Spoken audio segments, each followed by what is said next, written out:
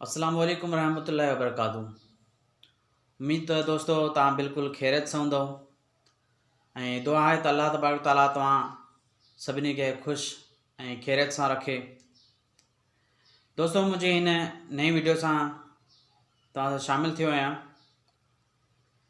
अॼु ॻाल्हि कंदुसि कुझु अफ़वाहनि जे लिहाज़ खां।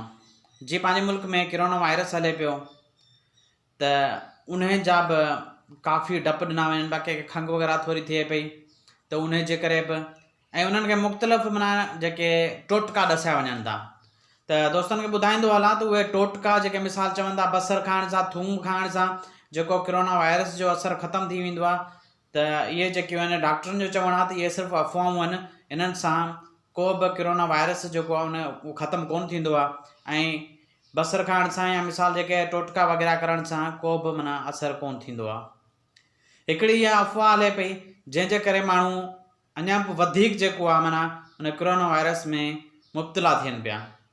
ऐं ॿी अफ़वाह जेकी हले पई त क़ुर पाक जे 21 सिपारे में जेको वार निकितो आहे ऐं वार निकिरनि पिया ऐं उहो निस्बत कनि पिया हुज़ूर नबी करीम सल्लल्लाहु अलैहि वसल्लम जिन ॾांहुं।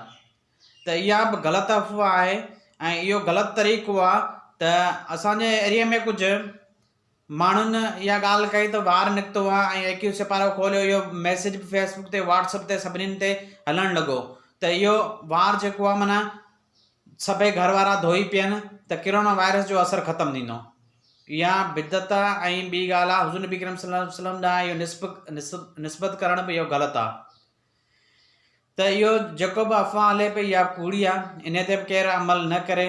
छो जो वार त ॾिसो माण्हू क़ुर शरीफ़ पढ़ंदो आहे त वार किरी पवंदा आहिनि, ॾाढ़ी जा बि किरंदा आहिनि, मथे जा बि वार किरंदा आहिनि। त अहिड़े तरीक़े सां जेको माण्हू चवनि पिया त हुज़ूर नबी करीम सल्लल्लाहु अलैहि वसल्लम ॾांहुं निस्बत था कनि, इहा ग़लति ॻाल्हि आहे, ईअं न करणु घुरिजे।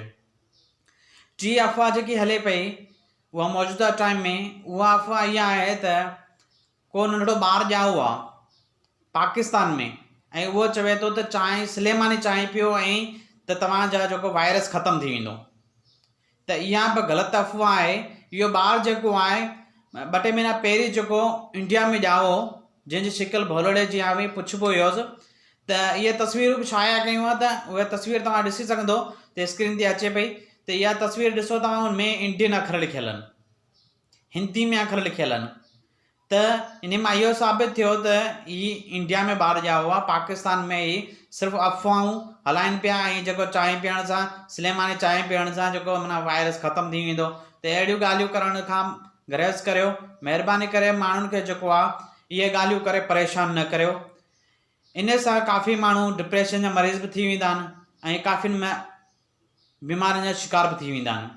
त इन जे करे ख़ुदा अहिड़ियुनि ॻाल्हियुनि खां गुरेज़ करियो ऐं छो जो पाण मुस्लमान आहियूं, पंहिंजो ईमान अल्लाह तबारक ताला ते हुअणु घुरिजे।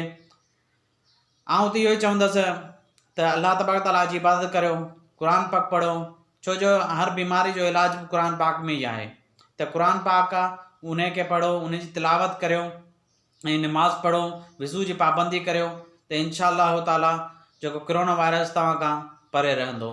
जज़ाकल्लाह ख़ैर, दुआनि में यादि करियो ऐं जिन दोस्तनि मुंहिंजे चैनल खे सब्सक्राइब न कयो आहे त महिरबानी सां सब्सक्राइब कनि ऐं वधीक वीडियो ॾिसण जे लाइ बेल आइकन खे बि ज़रूरु प्रेस करे ॾिजो। जज़ाकल्लाह। अस्सलामु अलैकुम रहमतुल्लाहि व बरकातहू।